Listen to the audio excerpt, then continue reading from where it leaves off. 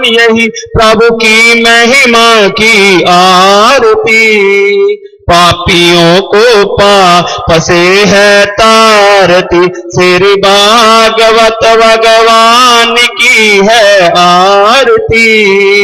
पापियों को पाप से है तारती, श्री भागवत भगवान की है आरती।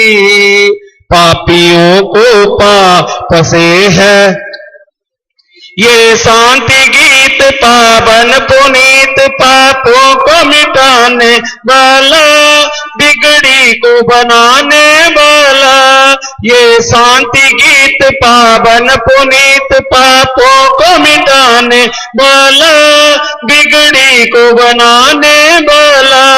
श्री राम यही घनश्याम यही, श्री राम यही घनश्याम यही, मधुसूदन की है आरती। पापियों को पाप से है तारती, श्री भागवत भगवान की है आरती। पापियों को पाप से है तारती, श्री भागवत भगवान की है आरती। पापियों को पाप से है तारती। बोलिए भागवत भगवान की, बोलो अपने अपने गुरुदेव भगवान की।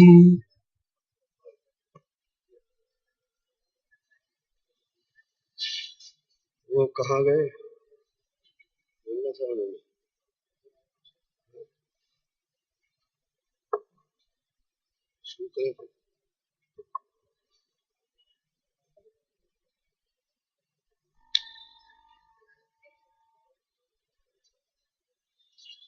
श्री राम जय राम जय जय राम।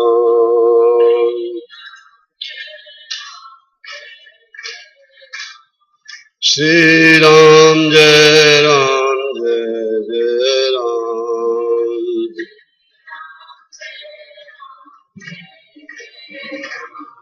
जय सिया राम जय जय हनुमान।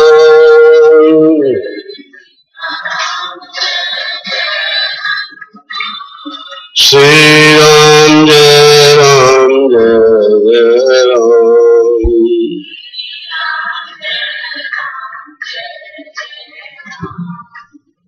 ब्रह्मानंदम परम सुखदम केवलम ज्ञानमूर्तम द्वंद्वातीतम गुरुं सदृशं तत्मस्यादि लक्ष्यम् एकं नित्यं विमलमंचं सर्वादि साक्षिभूतम् भावातीतं त्रिगुणातीतं सद्गुरुं तं नमामि, सद्गुरुं तं नमामि, सद्गुरुं तं नमामि।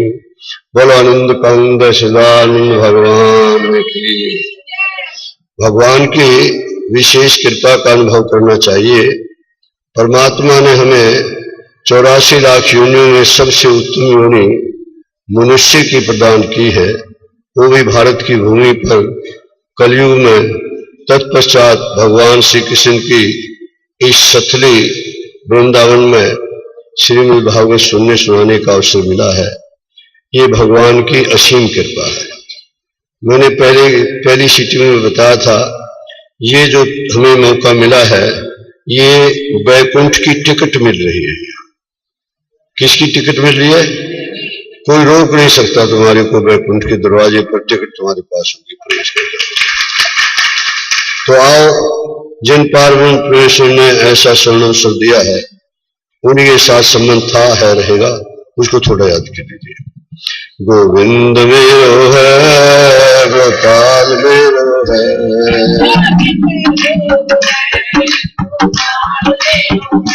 सुरा के बिहारी मनोहर मेरो है,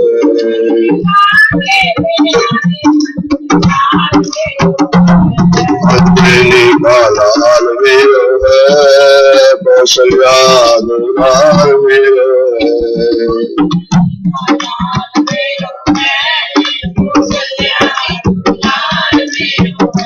गोविंद मेरो है, गोपाल मेरो है,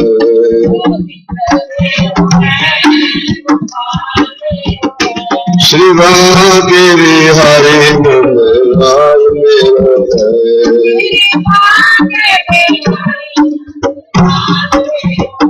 बोलानंद कांद सदानंद भगवान। जी हाँ, एक साथ अपने दोनों हाथों को ऊपर उठाकर प्रेम और भाव से बोलेंगे जय श्री राधे, जय श्री जय नारायण। जी हाँ, बहुत ही सुंदर पंक्तियां हैं कि भुजी राग को हवा देते हैं कुछ लोग, मुर्दों को दवा देते हैं कुछ लोग। भुजी राग को हवा देते हैं कुछ लोग, मुर्दों को दवा देते हैं कुछ लोग। भूखे को चने भी नसीब नहीं होते, भरे पेट को हलवा देते हैं कुछ लोग।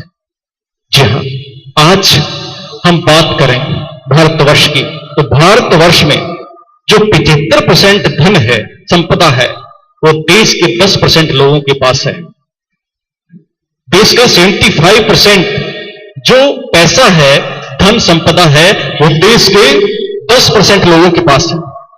अर्थात गरीब से गरीब होता जा रहा है और अमीर से अमीर बनता जा रहा है। बहुत से कारण हैं, परंतु एक कारण उन्हीं में से एक ये है कि जब भी हम कोई कहीं गंतव्य स्थान तक जाना होता है तो गरीब को दबाते हैं, कहीं भी शोषण होता है तो गरीब का होता है।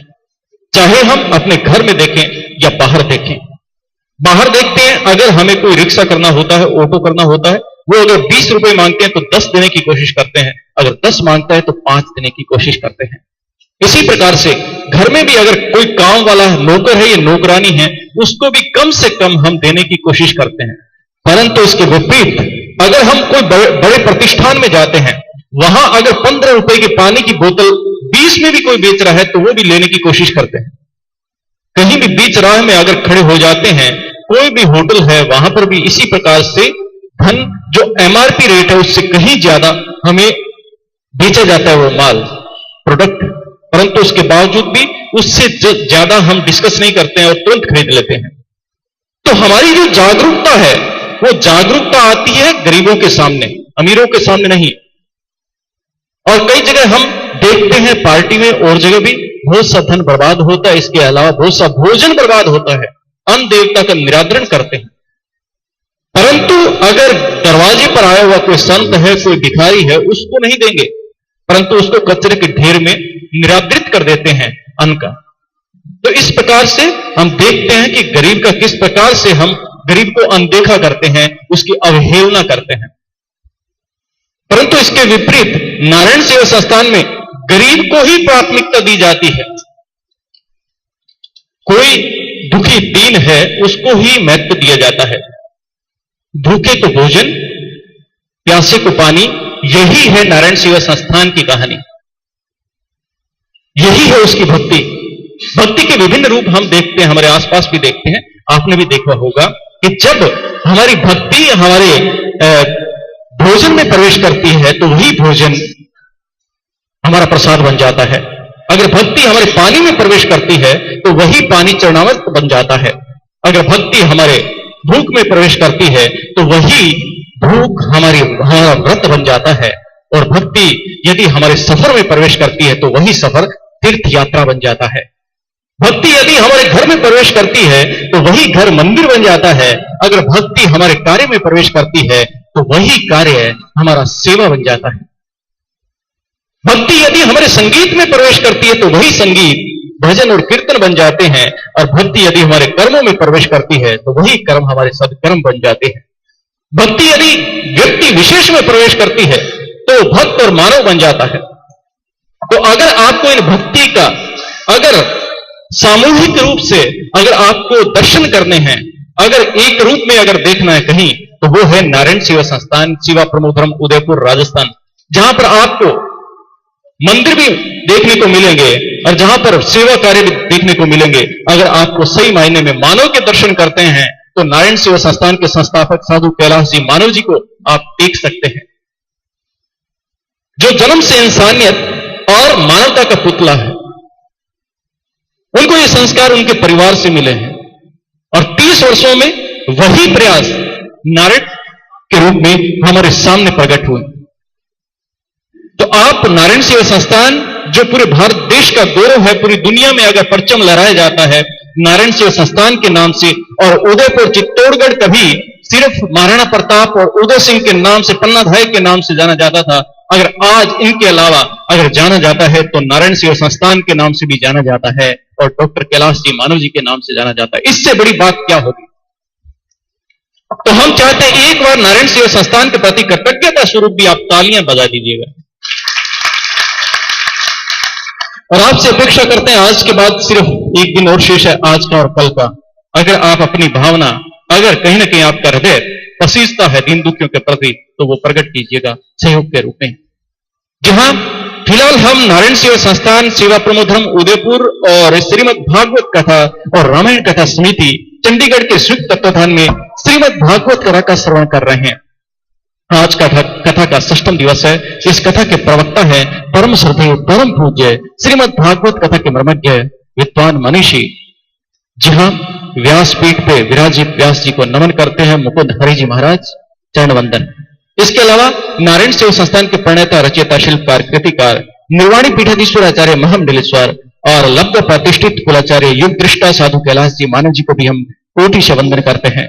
जितने भी श्रोता, दर्शक, दानदाता, भामाशाह इस दिव्य भव्य अनुष्ठान से जुड़े हुए हैं, उन सभी का भी नारायण सेवा संस्थान परिवार और सेवा प्रमोधर्म परिवार, आयोजन समिति परिवार की तरफ से मैं शेखर हार्दिक स्वागत, अभिनंदन, वंदन करता हूं।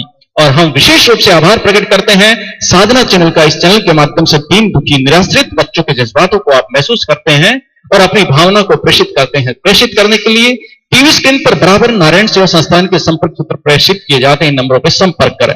इसके अलावा इन नंबरों पर आप संपर्क कर सकते हैं अगर अपने एरिया में इस प्रकार का अनुष्ठान करवाना चाहते हैं, कथा करवाना चाहते हैं, अपना यजमान बनना चाहते हैं और महाराज श्री से निःशुल्क अगर कथा का आयोजन करवाना चाहते हैं, कथा श्रवण करना चाहते हैं, तो उसके लिए भी आप इन नंबरों पर संपर्क कर सकते हैं। इसके अलावा टीवी स्क्रीन के नीचे जो स्क्रॉल चलता है, पट्टिका चलती है, उस पर भी ये सूचना दी हुई है कि निःशुल्क कथा करवाने के लिए इन नंबरों पे आप संपर्क कर सकते हैं। आशा है आप ऐसे सेवा प्रकल्प महायज्ञ से जुड़ेंगे, अपने एरिया में करवाएंगे, इसी आशा उम्मीद के साथ आइए हम श्रीमद् भागवत कथा के आज के दिवस में प्रवेश करते हैं। आइए एक साथ पुनः दोनों हाथों को अपने ऊपर उठाकर प्रेम और भाव से मुस्कुराते हुए बोलेंगे, जय श्री राधे, जय नारायण।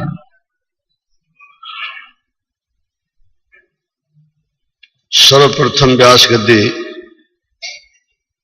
इस भगवान श्री कृष्ण के चरणों से स्पर्श की हुई इस धाम को, जितने यहां मंदिर हैं उन मंदिरों में जितनी प्राण प्रतिष्ठाएं भगवान की विग्रह हैं, जितने भी संत इस वृंदावन की भूमि पर तपस्या कर रहे हैं तथा जो टीवी के माध्यम से इस दृश्य को देख रहे हैं, परीक्षित स्वरूपा बंधुओं, सीता और उर्मिला और मानवी स्वरूपा माताओं बहनों, व्यास गद्दी नतमस्तक होती है। आइए, अगर आप वैकुंठ जाना चाहते हो कि नहीं चाहते? चाहते हैं तो 4 काम करना बहुत सरल है और आप कर सकते हैं। दिमाग को ठंडा रखिए, दिमाग को ठंडा रखिए, आंखों में शर्म रखिए, जुबान को नरम रखिए और दिल में रहम रखिए। 4 अगर आचरण आपके जीवन में है, आपका वैकुंठ का दरवाजा खुला रहेगा। 4 बातें अपने जीवन में उतारो। सत्य बोलो, अभिमान नहीं करो, क्रोध नहीं करो और मीठी वाणी बोलो। ये 4 आचरण और 4 ये जो मैंने बताया आपको कर्म, ये अगर 8 हमारे जीवन में उतर जाएं तो हमारा जीवन दिव्य बनता है और वैकुंठ का दरवाजा खुलता है। कोई आपका दिल दुखावे तो बुरा मत मानना। कुदरत का नियम है कि जिस पेड़ पर सबसे अधिक मीठे फल लगते हैं, लोग उसी को अक्सर पत्थर मारते हैं। आपका कोई दिल दुखा रहा है, इसका मतलब यह है कि आपके अंदर कुछ गुण है। भक्ति संतों को पुकारती है और भक्ति संतों के चरणों में लोट-पोट रहती है। भक्ति जीवन में अगर दृढ़ता पकड़नी है भक्ति की तो संतों का संग, संतों के संग से भक्ति दृढ़ होती है और भक्ति पुष्ट होती है। संत मिलन सम सुख जग नाहि, ये बाबा तुलसी ने रामचरितमानस में लिखा है कि अगर सुख चाहते हो, आनंद चाहते हो, परम शांति चाहते हो तो संतों का संग। प्रभु प्रेम और प्रार्थना के वशीभूत है। प्रभु प्रेम और प्रार्थना, प्रभु से प्रेम करो और प्रार्थना करो। प्रार्थना क्या करनी है कि भगवान मेरे जीवन में भक्ति, ज्ञान और वैराग्य दे। ऐसी प्रार्थना प्रभु जब सुनते हैं तो आपकी झोली में भक्ति, ज्ञान, वैराग्य आपकी झोली भर देंगे। सच्चे हृदय की पुकार भगवान सुनते हैं और सच्चे हृदय की पुकार सुन करके भगवान उसके अनुसार उसकी डिमांड को पूरी करते हैं। भगवान की नींद भक्त हराम कर देते हैं, भगवान की नींद भी भक्त हराम कर देते हैं। कब किसका मूड आ जाए भगवान से कुछ मांगना शुरू कर दे, भगवान को तो उठना पड़ेगा, क्योंकि भगवान सबके रक्षक है। अहंकार अभिमान का फल असुर योनि में, अभिमान और अहंकार का फल क्या होगा? अगर हमारे जीवन में अभिमान है और अहंकार है तो पशु योनि मिलेगी। अब देखो, विचार करो, हमारे अंदर अभिमान है कि नहीं है? असुर योनि में जाने के लिए तैयार हो जाओ। संत कहते हैं अहंकार अभिमान का फल है असुर योनि। मनुष्य तो क्या, भगवान को भी करनी का फल भुगतना पड़ता है। भगवान को भी करने का फल भुगतना पड़ता है। इसलिए करनी ठीक रखो, करने का मतलब कर्म अपने ठीक रखोगे तो तुम्हारे जीवन का कल्याण होगा। आइए अब भागवत में प्रवेश करते हैं। कल यहां प्रसंग दिया था, कल वैसे रुक्मिणी विवाह हमने कल दिखाना था, लेकिन कल तैयारी नहीं थी। रुक्मिणी विवाह की चर्चा तो अब कर देते हैं क्योंकि चर्चा है अभी, लेकिन सीन दिखाएंगे एकदम लास्ट में। रुक्मिणी और भगवान श्री कृष्ण का जयमाल दिखा देंगे आपको। ठीक रहेगा प्रधान जी? हाँ, तो आइए, एक बार की बात है, राजा रुक्म के यहां नारद जी चले गए। नारद जी जब चले गए तो नारद जी से राजा रुक्म ने पूछा कि ऋषिवर कोई भगवत कथा सुनाओ। क्या सुनाओ? भगवत कथा सुनाओ। इस प्रसंग से हम भी एक सूत्र पकड़े, क्या कोई भी मिले, किसी से भी भेंट हो, लोक चर्चा या किसी की निंदा चुगली, इसकी चर्चा ना सुन और ना कह करके अपने समय का व्यर्थ इस्तेमाल ना करें, बल्कि भगवत चर्चा में चले। राजा रुक्म ने कहा कि मेरे को भगवत चर्चा सुनो। भगवान श्री कृष्ण की लीलाओं की चर्चा श्री नारद जी ने राजा रुक्म के सामने कहनी शुरू की। पर्दे के पीछे रुक्मिणी बैठी थी।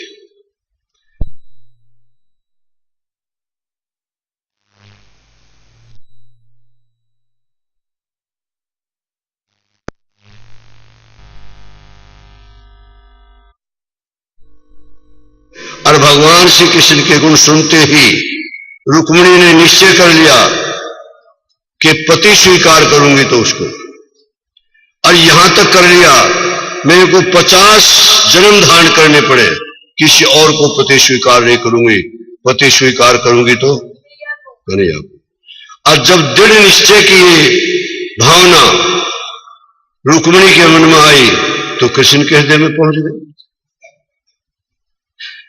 रुक्मिणी का भाई था एक रुक्म, वो चाहता था कि मेरी बहन की शादी शिशुपाल से हो। रुक्मिणी ने दृढ़ निश्चय कर लिया था मैं प्राण त्याग दूंगी, लेकिन किसी और के साथ शादी। रुक्मिणी के पिता भी चाहते थे कृष्ण के साथ शादी, और रुक्मिणी के भाई ने जाकर के शिशुपाल के टीका कर दिया और बारात लाने की निमंत्रण दे दिया। उधर रुक्मिणी को पता लगा। रुक्मिणी को जब पता लगा तो रुक्मिणी ने एक ब्राह्मण देवता को पत्र लिख करके भेजा, मैं तुम्हारी हो चुकी हूं, अब ऐसा ना हो शेर का भाग इधर ले जाए। मेरे भाई ने शिषपाल को बुला रखा है और प्राणी भी आप बता दें कि जिसकी शादी होती है उससे पहले दिन उस कन्या को गौरा जी की पूजा के लिए ले जाते हैं। एक बात देखिए, अगर सीता को राम मिले हैं गौरा पूजन से, रुक्मिणी को अगर कृष्ण मिले हैं तो गौरा पूजन से। मेरी जितनी बेटियां कंवारी है और जल्दी शादी करवाना चाहती हैं और राम जैसा कृष्ण जैसा पति चाहते हैं तो गौरा जी की पूजा करने का विधान है। गौरा जी का पूजन करेंगी तो जल्दी राम जैसा या कृष्ण जैसा वर मिलेगा। आइए अब रुक्मिणी ने एक पत्र लिख करके एक ब्राह्मण देवता के पास भेजा, ब्राह्मण देवता के द्वारा भेजा कि मैं तुम्हारी हो चुकी हूं, और प्लानिंग भी लिख दी कि हमारे यहां रिवाज है जिस कन्या की शादी होती है उसको शादी के पहले दिन गौरा जी की पूजा के लिए ले जाया जाता है। जिस पूजा से वापस आ रहे होते हैं उस वक्त तो मेरे को उठा लेना। प्लानिंग भी आप बता दें। और भगवान सबके हृदय में बैठने वाले भगवान सब जान गए। पंडित जी पत्र लेकर के पहुंचे। भगवान श्री कृष्ण ने अपने सारथी को मालती को कहा रथ तैयार। ब्राह्मण देवता को रथ में बिठाया और चले। पहुंच गए राजा रुक्म के यहां और ब्राह्मण देवता की प्रतीक्षा कर रही थी रुक्मिणी। रुक्मिणी के हृदय में जो जब तक पंडित जी नहीं आए तब तक कैसे हो रहा था, कैसे समय व्यतीत हो रहा था। ये मन नेगेटिव ज्यादा सोचता है, पता नहीं पंडित जी पहुंच पाए होंगे कि नहीं पहुंच पाए होंगे, और पहुंच भी पाए होंगे तो शायद कृष्ण कई गोपियों के पीछे ना गया हो, मिला हो कि ना मिला हो, यानी नेगेटिव थिंकिंग। लेकिन जब ब्राह्मण देवता को देखा और प्रसन्न मुद्रा में देखा रुक्मिणी निहाल होगी, कहां काम बन गया है। ब्राह्मण देवता ने बताया कि भगवान पहुंच चुके। अगला दिन हुआ और जिस प्रकार से योजना थी उस प्रकार से योजना बनाई गई और भगवान श्री कृष्ण ने रुक्मिणी को उस रथ में से उठा करके अपने रथ पर बिठा करके ले चले। शिषपाल के साथ जरासंध भी आया था। उनको खतरा था कहीं वो आ ना जाए। रुक्मिणी का भाई रुकम जब ये देखा कि मेरी बहन को कृष्ण ले गया है तो रथ पर सवार होकर के पढ़ करके चला, या तो कृष्ण को मार के आऊंगा और या नगर में प्रवेश नहीं करूंगा।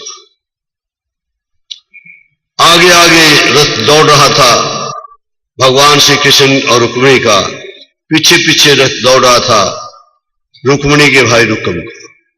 दोनों में युद्ध होने लगा। दोनों जब युद्ध होने लगा तब भगवान श्री कृष्ण रुकम को मारने लगे। जब मारने लगे तो रुक्मिणी को अपने खून भाई है, रुक्मिणी ने कहा कन्हैया क्या कर रहे हो, वो इसको खत्म करता कि खत्म नहीं करना इसको। रिश्ता तो देखो क्या बन गया, ब्रदर इन लॉ बन गया। नहीं, इसको मारना नहीं। बहन और भाई का रिश्ता ऐसा है, बीच में रोड़ा अटका रहा है और फिर भी बहन उसको बचा रही है। उसका आधे सिर के बाल काट करके दफा किया। इस प्रकार से ब्रह्मा जी ने जाकर के उनके फेरे कराए हैं और रुक्मिणी के साथ शादी। किसकी भला? हाँ, ये शादी का दृश्य हम आपको दिखाएंगे एकदम बाद में, जिस वक्त कथा विराम लेंगे।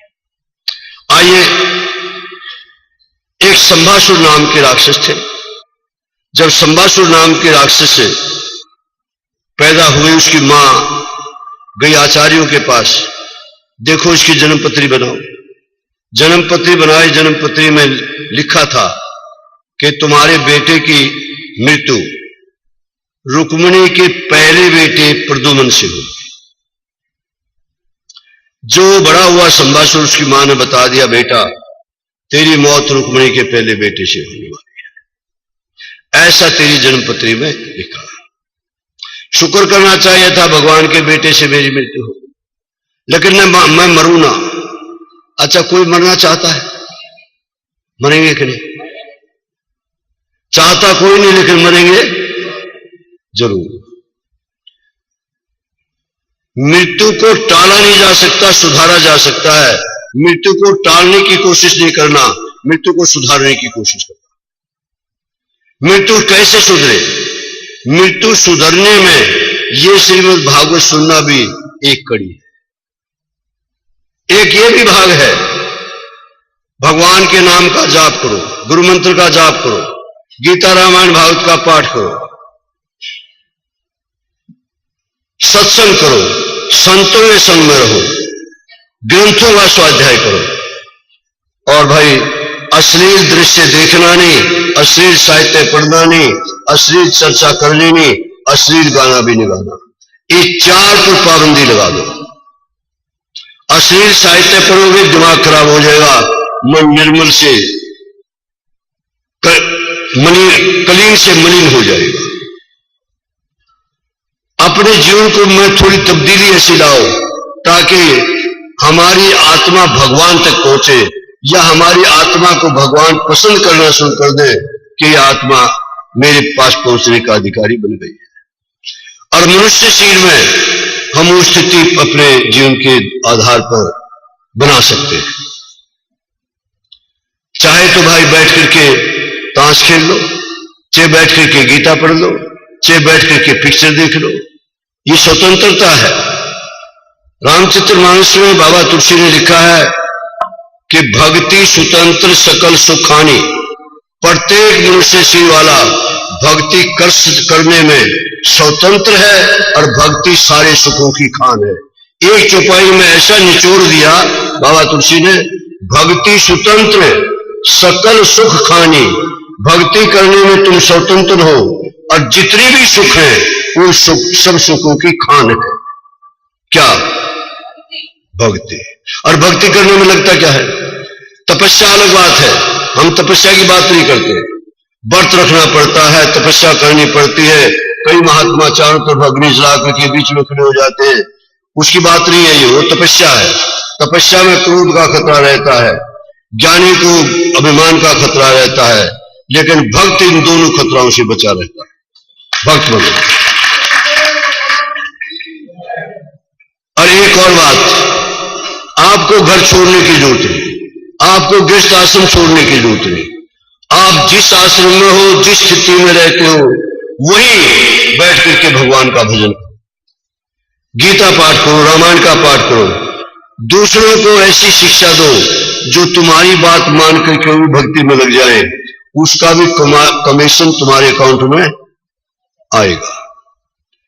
ऐसा हमें करना है। देखो, ये बातें जो भागवत के व्यास गद्दी से आ रही हैं, ये सिर्फ सुनने के लिए नहीं आ रही, करने के लिए आ रही है। यहां से प्रश्न चले जाओगे, घर में जाकर के जो भागवत में आपने सुना है, कुछ न कुछ भागवत में सुना हुआ अपने जीवन में धारण करो। एक तो हमने ये कहा है कि भाई टीवी तो सबके घर में है, ये तो एक बेटी सारा करिए 3 है, एक कमरे में एक लगा हुआ है। टीवी खराब नहीं है, लेकिन टीवी को देखने की जो हमारी विधि है वो खराब हो सकती है।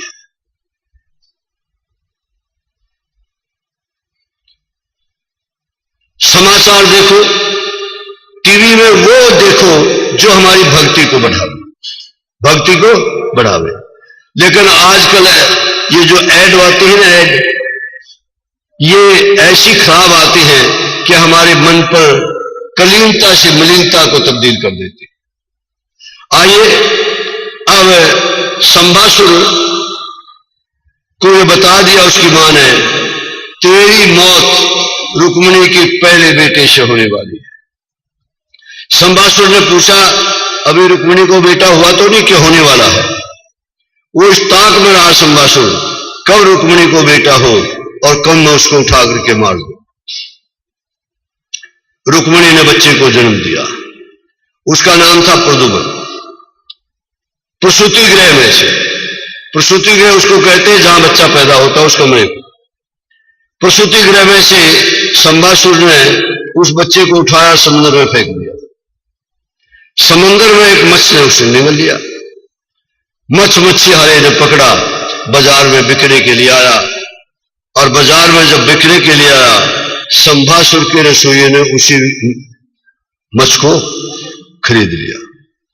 जाकर के रसोई में जब चीरा तो बच्चा निकल निकला। पहुंच गई मौत घर पे? नहीं पहुंच गई। कितना कोशिश करे, जिसको राखे साइया मार सके ना को। अब वहां रति जो कामदेव की पत्नी थी, वो उसके यहां रसोई का काम करती थी। वो वहां रसोई का काम कैसे करती थी? जिस समय कामदेव को भोले बाबा ने भस्म कर दिया, तो कामदेव की पत्नी रति भोले बाबा के पास पहुंची कि मैं तेरे विधवा कर दी, कि मैं क्या करूं, तेरे पति ने मेरी समाधि जगानी सुन। कहते पति का दोष होगा, मेरा तो दोष नहीं, मैं विधवा क्यों हुई, मेरे को इसका जवाब चाहिए। भोले वाले हैं। भोले बाबा ने कहा, जाओ देवी, तुम चिंता मत करो, तुम जाकर के संभासुर के रसोइये की काम करोगे, और संभासुर के यहां तेरा पति वहां पहुंच जाएगा और तुम्हारा मिलन हो जाएगा। अब वो संयोग बना है। प्रद्युम्न जो है वो किसका अवतार है? कामदेव का। और रति उसके यहां काम कर रही है, और संभासुर एक राक्षस है। रति को पता है ये मेरी पति देव कामदेव। जब थोड़े बड़े हुए, हाव भाव बदलने लगे, संभासुर के बारे में प्रद्युम्न ने अपनी उस देवी को कहा, देवी तुम मेरी पालन हार हो, माता के समान हो, ये तुम्हारे हाव भाव और ढंग के कैसे है? रति ने बताया, असली बात यह है, मैं तेरी पत्नी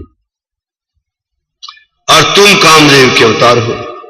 अरे संभासुर राक्षस है, इस राक्षस की मौत तुम्हारे हाथ से लिखी है, इसको मारो किसी बहाने और हम तुम चलते।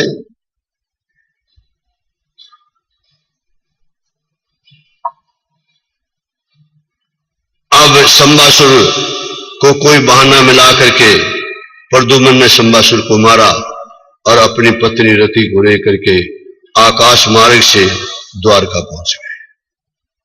द्वारका में जब ये जोड़ा सुंदर उतरा, कामदेव की पत्नी रति कितनी सुंदर, और भगवान श्री कृष्ण का अंश रुक्मिणी के गर्भ से पैदा होने वाला कितना सुंदर। जब ये सुंदर जोड़ा उतरा, सब देखने लगे, ये सुंदर जोड़ा कितना कहां।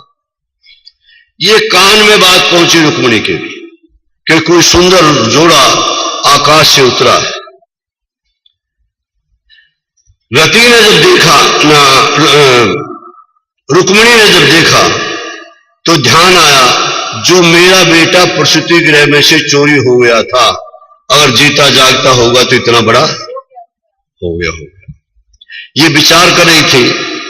और भागवत के आचार्य तो ऐसा भी फील करते हैं कि बेटे की और मां की कितनी ममता होती है। 20-25 साल हो गए हुए उसको, माता की सतरों से दूध टपकने लगा।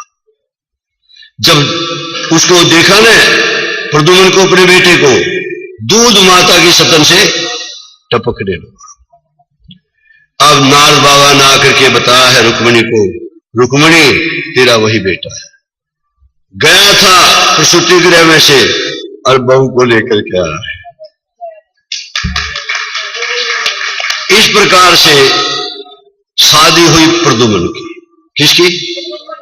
प्रद्युम्न की। और भगवान श्री कृष्ण की शादी रुक्मिणी से कैसी हुई, राजी खुशी हुई कि वो भी उठा के ले गया और ये भी उठा के लाया है, ये भी तो उठा के लाया ना। अच्छा, ये आगे एक बार की बात है, भगवान श्री कृष्ण कुछ ग्वाल बालों के बीच में बैठे थे। एक ग्वाल बाल ने कहा कि कृष्ण, सूर्य देवता नीचे आपके दर्शन करने के लिए उतर रहे। भगवान श्री कृष्ण ने देखा ये सूर्य नहीं, सत्राजित है, सूर्य देवता का उपासक है। और सूर्य देवता ने सत्राजित को एक मणि दी। वो मणि प्रकाश भी देती है और 1.25 भार सोना रोज देती है। जो समीप आ गया भगवान श्री कृष्ण के, ग्वाल बालों ने कहा, सत्राजित, इस मणि को तुम कृष्ण को दे दो, बहुत सारों को लाभ होगा। लेकिन 1.25 भार सोना रोज का, उस लोभ में उसने स्मृत मणि भगवान को नहीं दी। घर गया और घर एक खूंटी पर टांग दी और काम में लग गया। उसका छोटा भाई था, उसका नाम था प्रसेन। प्रसेन ने वो मणि देखी, गले में डाली, घोड़े पर चढ़े और घोड़े पर सवार होकर के और निकले जंगल में। आगे शेर मिल गया, शेर ने घोड़ा भी मार दिया, प्रसून भी मार दिया, मणि लेकर के आगे। शेर को 1.25 शेर मिल जाता आगे उसको जामवंत मिल गए, रीछ। उस रीछ ने शेर को मार दिया और मणि लेकर के अपनी गुफा। घटना ये घटी, लेकिन सत्राजित ने भगवान श्री कृष्ण को झूठा आरोप लगा दिया कि तेरी करतूत है ये सब। और झूठा आरोप लग जाए तो भाई चिंता तो हो जाती है, भाई मैंने किया नहीं फिर मेरे पर, और उसको कुछ न कुछ प्रयत्न करते हैं सच्चाई निकालने की। भगवान श्री कृष्ण ने सच्चाई निकालने के लिए सत्राजित के घर से घोड़े के पैर देखे और उन पैरों पर जाते जाते देखा घोड़ा मरा पड़ा है, प्रसेन भी मरा पड़ा है और मणि नहीं है। उसके आगे शेर के निशान शुरू हो गए पैर के। बात आपको समझ में आ रही है? उसके आगे शेर मरा पड़ा है, उसके आगे पैरों के निशान रीछ के शुरू हो गए। अब रीछ के पैरों के निशान एक गुफा में जाकर के, गुफा में घुसे भगवान श्री कृष्ण, देखा रीछ के बच्चे उस मणि से खेल रहे। भगवान को हुआ लो सच्चाई का तो पता लग गया। वो जो रीछ था वो कौन था? जामवंत।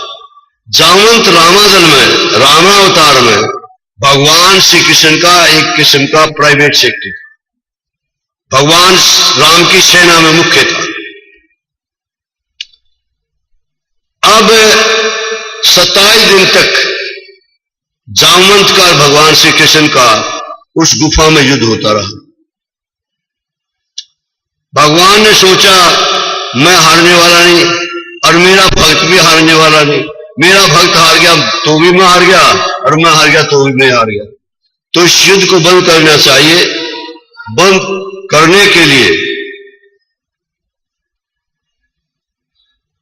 भगवान ने हवा को कहा मेरा दुपट्टा इधर कर दो। जब इधर दुपट्टा किया जामवंत को दिखाई दिया भृगु की लात। ये तो राम जी है, ये तो राम जी है। चरणों में गिर पड़ा। स्वामी और सेवक में युद्ध कैसा? जामवंत ने पूछा कृष्ण से स्वामी और सेवक में युद्ध कैसा? कि मेरा एक नेम है, जो इच्छा करियो मन मानो, उसकी इच्छा मैं पूरी करता हूं। रामावतार में जब मैं रावण से युद्ध कर रहा था तो तुम्हारे मन में इच्छा हुई थी एक बार मैं भी राम से युद्ध करके देखूं। उस वक्त तो युद्ध हो नहीं सकता था, तुम सेवक थे, मैं स्वामी था। उसकी इच्छा पूरी हुई। अब तेरी इच्छा पूरी हुई, चरणों में गिर पड़ा। मैं क्या सेवा कर सकता हूं? भगवान ने कहा झूठा आरोप मेरे पर लगा हुआ मणि, मेरे को मणि चाहिए। मणि भी दी और अपनी बेटी जामवंती भी दी।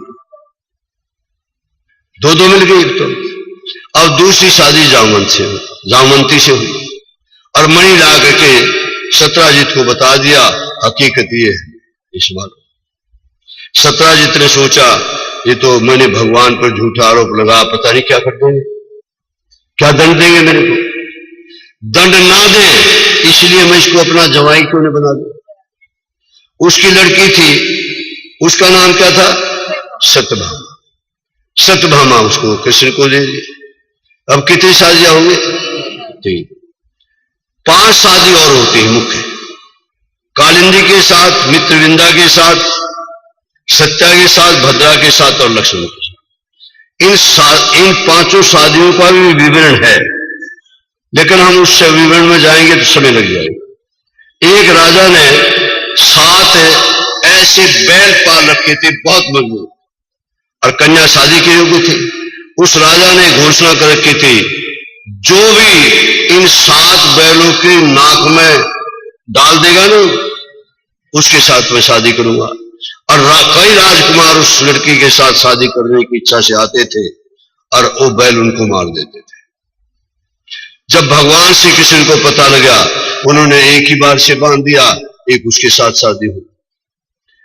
एक लड़की बैठी हुई भजन कर रही थी, भगवान श्री कृष्ण और अर्जुन घूम रहे थे।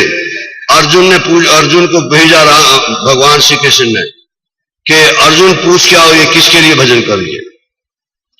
उस लड़की ने बताया कि मैं कन्हैया को अपना पति बनाने के लिए भजन, एक उसके साथ होगी। इन्हीं मुख्य 8 शादियां। भौमासुर नाम का एक असुर था। असुर वो होता है जिसकी आंख पराये धन और परी स्त्री पर हो, वही राक्षस है। बात समझ के नहीं आई? जिसका मन और जिसकी आंख पराये धन और परी स्त्री पर हो, तो से हम बच जाए, मुक्ति की गारंटी बाबा तुलसी देते। एक बार बाबा तुलसी से पूछा गया, बाबा तुम तो भगवान को मिल सके, मेरे को भी मिल सकते हैं? मानव पंडित जी ने पूछा। तो क्यों नहीं मिल सकते भाई? कि कितने युगों के बाद? युगों की बात नहीं, इसी युग में, इसी युग में नहीं, इसी युग में नहीं, आज ही नहीं, आज ही नहीं, अभी। तो जल्दी बताओ क्या करना है? कितनी गारंटी देते हैं बाबा तुलसी मुक्ति की? अभी कहते करना क्या पड़ेगा कि बिगड़ी जन्म अनेक की, अभय सुधरे आज, हो राम को नाम जप तुलसी तज को समाज। राम के होकर के नाम जाप करो, अभी सुधर जाएगी। हम नाम तो जाप करते हैं, संसार का होकर के करते हैं। उधर जाप चल रहा है और उधर रसोई में सुगंध आ रही है कि कब ये जाप खत्म हो और कब सुगंधी का स्वाद दिया जाए। वो राम के होकर के जाप नहीं हो रहे, वो तो रसोई घर का होकर के जाप कर रहे।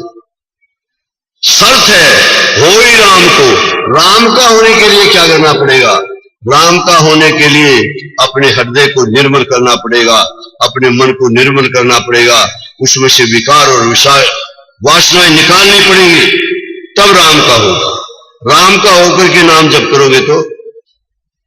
तुलसी से पूछा कि कैसे प्राप्ति हो सकती है? कि 2 बातों से होती है। बड़ी सुंदर बात है, छोटी सी बात है कि पर धन पत्थर मानिए, पर स्त्री मात समान, इससे भी हरि नाम ले तुलसीदास जमान। जमानत लेकर के खड़े हो गए, मैं इंश्योरेंस देता हूं, 2 जीवन में आचरण धारण कर लो। पर धन को पत्थर समझ लो और पर नारी को माता समझ, माता बहन बेटी, ये समझ लो। सच्चे हृदय से भगवान की प्राप्ति। आइए अब भौमासुर नाम का राक्षस था।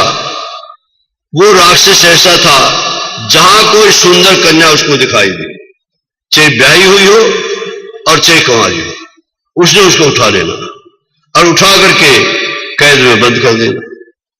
उसका लक्ष्य था कि 20,000 इकट्ठी हो जाएंगे, 1 दिन पार्टी कर देंगे, रोज रोज की क्या जरूरत है। 16,100 इकट्ठी हुई थी, अभी 3900 भी कमी थी। तो 16,100 को पता लगा कि भगवान का अवतार हो चुका है, और भगवान का अवतार हो चुका है तो भगवान सब कुछ कर सकते हैं। हम भी कुछ प्रार्थना करें।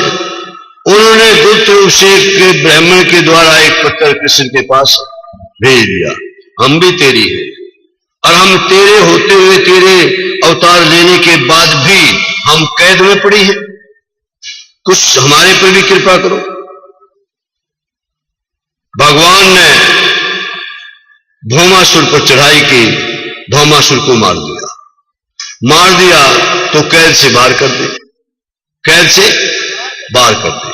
जब कैद से बाहर कर दी तो उन कन्याओं को कहा, कन्याओं देवियों तुम जाओ। उन्होंने पूछा हम कहां जाएं भगवान? कि जो कुंवारी है अपने पिता के पास चली जाओ, जो ब्याही हुई है वो ससुराल चली जाओ। उन कन्याओं ने कहा कि महाराज आपने हमारा शरीर ऐसा नहीं बनाया, हमारा शरीर ऐसा बनाया है कि हमारे को ना तो घर वाले रखेंगे ना ससुराल वाले। जैसे रामावतार में एक धोबी ने अपनी पत्नी को कह दिया था, एक रात रह गई थी बीच में, कि मैं राम नहीं, चली जाओ यहां से, ऐसी जाति है। लड़का 6 महीने घूमता रहे कहीं, कोई परवाह नहीं, लड़की 6 घंटे लेट हो जाए माता पिता का, कहां गई? ऐसी जाति हमारी आपने बना रखी है, ना तो हमारे को घर वाले रखेंगे और ना ससुराल वाले रखेंगे। भगवान ने कहा जिसको कोई नहीं रखेगा उसको मैं रखूंगा। 16,100 के साथ उनकी शादी हुई। इसका एक पाराव के भाव समझिए। वेद के 1,00,000 मंत्र हैं, 80,000 मंत्र जो है वो कर्म कांड के, 16,000 जो मंत्र है वो भक्ति के, और 4,000 जो मंत्र हैं वो ज्ञान कांड के। ये 16,000 जो है भक्ति के मंत्र ही वो कन्याएं बन करके कृष्ण के साथ उनकी शादी हुई। यही मंत्र किसके साथ जाकर के मिलता है? भगवान के साथ। आप मंत्र का जाप करते हो, ये भगवान के कानों के द्वारा जो आकर के और भगवान के हृदय में जाकर के जब तुम्हारा मंत्र गूंजता है तो भगवान तुम्हारे उस मंत्र को नियंत्रित करके और तुम्हारे खाते में नोट करते हैं। जिस वक्त तुम्हारे पूरे जीवन का हिसाब किताब देखा जाएगा, उस समय तुम्हारा मंत्र का किया हुआ जाप बहुत आगे रहेगा।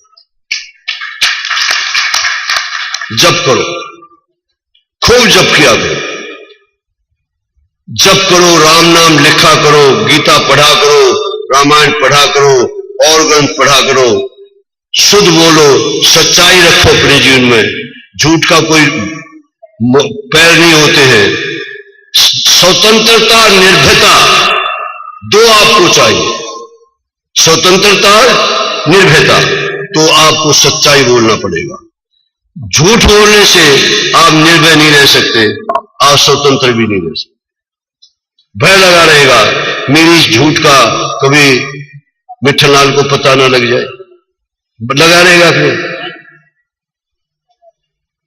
और झूठ बोलने से हजारों नुकसान है और सच बोलने से हजारों फायदे हैं। सच बोलोगे, निहाल रहोगे।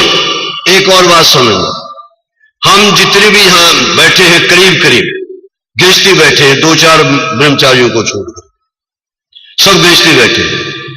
गृहस्थी में तुम तपस्वी बन सकते हो। गृहस्थी में तपस्वी कैसे? झूठ बराबर पाप नहीं, सत्य बराबर। सत्य जीवन में होगा तो तुम तपस्वी बन गए। सत्य के बराबर कोई तप है नहीं है। कितने बढ़िया है, गृहस्थ में रहते हुए तपस्वी और सच्चा।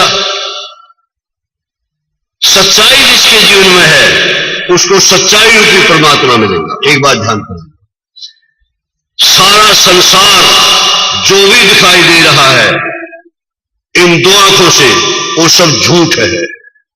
ये शरीर भी सब झूठे बैठे हैं, ये बिल्डिंग भी सब झूठी है, ये सारा संसार झूठा है, बदल रहा है। एक सत्य है तो परमात्मा, और सत्य रूपी परमात्मा सत्य बोलने वाले को जरूर मिल जाएगा।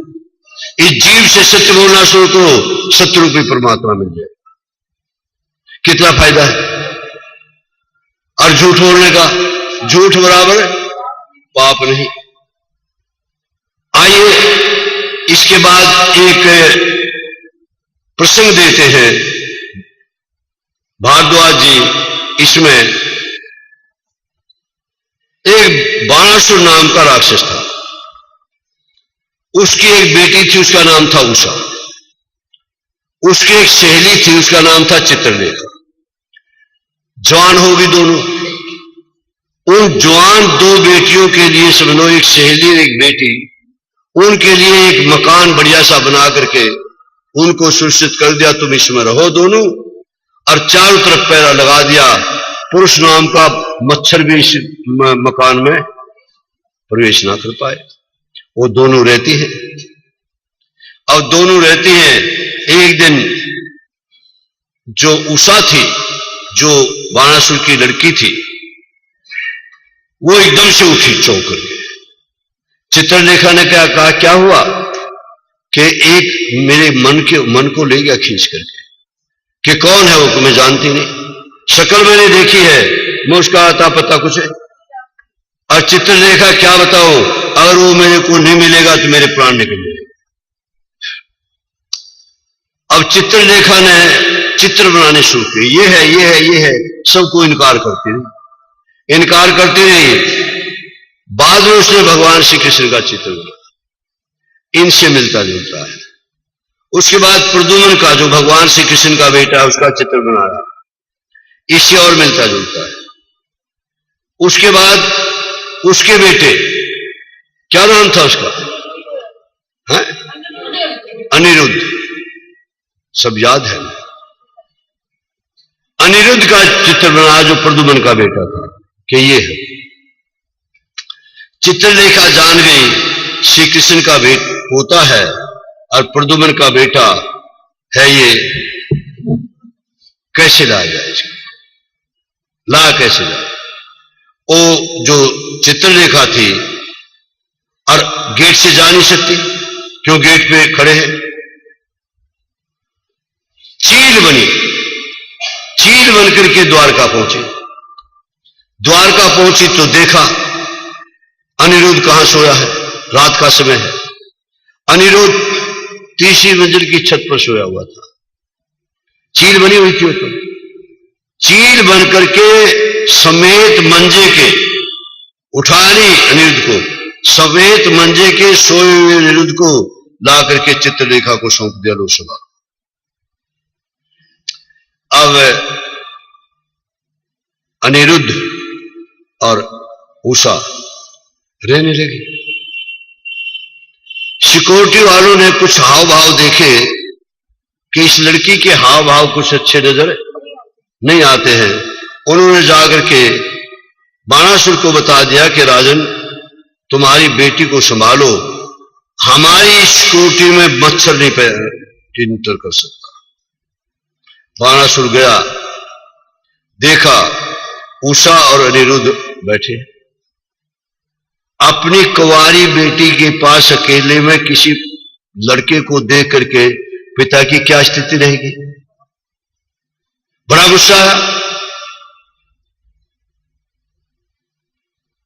बाणासुर ने अनिरुद्ध से युद्ध करना शुरू किया। कुछ देर युद्ध हुआ, अनिरुद्ध हारने लगा और अनिरुद्ध को जेल में बंद कर दिया। इस समय उषा की क्या हालत? एक तरफ तो पिता है, एक तरफ प्रियतम है, और प्रियतम को कहां कर दिया? जेल। ये दूर संचार विभाग है नारद जी के पास, चिट्ठी छुट्टी पहुंचाने का दूर संचार विभाग को समझते हैं, ये नारद जी के पास है। 2, 4, 6 महीने के बाद नारद जी पहुंचे द्वारका। भगवान श्री कृष्ण ने कहा, आइए आइए आइए नारद आइए, बहुत दिन के बाद आ जाना हुआ, कैसे कभी कभी चक्कर लगा लिया करो, संभाल लिया करो। कुछ बातें होती रही। बाद में नारद ने पूछा कि तुम्हारा पोता वो अनिरुद्ध है, वो कहाँ है? कि खेल रहा हुआ यहीं कहीं। लड़की होती तो चिंता हो जाती, 6 महीने से लड़का गायब है, ना प्रद्युम्न को चिंता है, ना कृष्ण को चिंता है, ना घर वालों को चिंता है, खेल रहा हुआ यहीं कहीं। नारद ने पूछा पता तो करो कहां है, कहां खेल रहा है?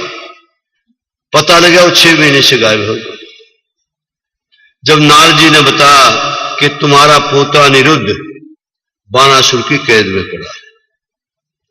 मेरा पोता बाणासुर की कैद में? कि हां। कि हुआ क्या? जो घटना घटी थी वो सारी नारद जी ने बता दी। अब भगवान श्री कृष्ण विचार करते हैं इसमें मेरे पोते का तो कसूर है नहीं, कसूर है भी नहीं उसका तो इतना कसूर है कि वहां ले गए तो वहां से आ जाता पहले।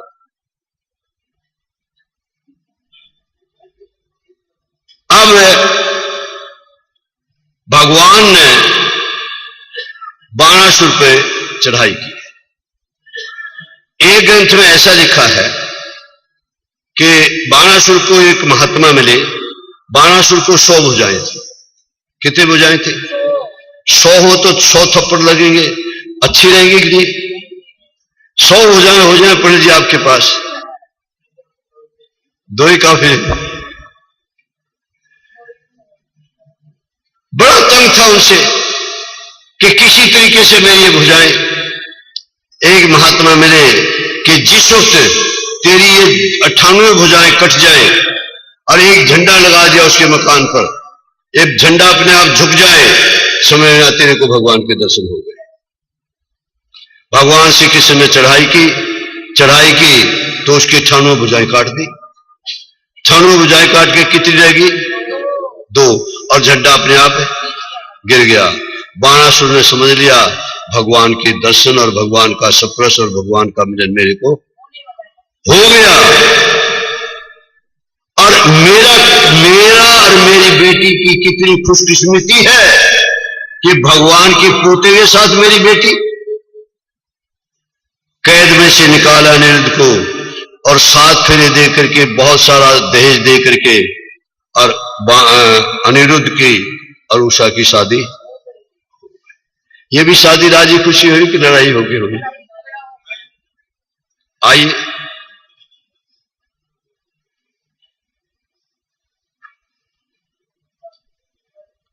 देखिए, इसके आगे कथा देते हैं।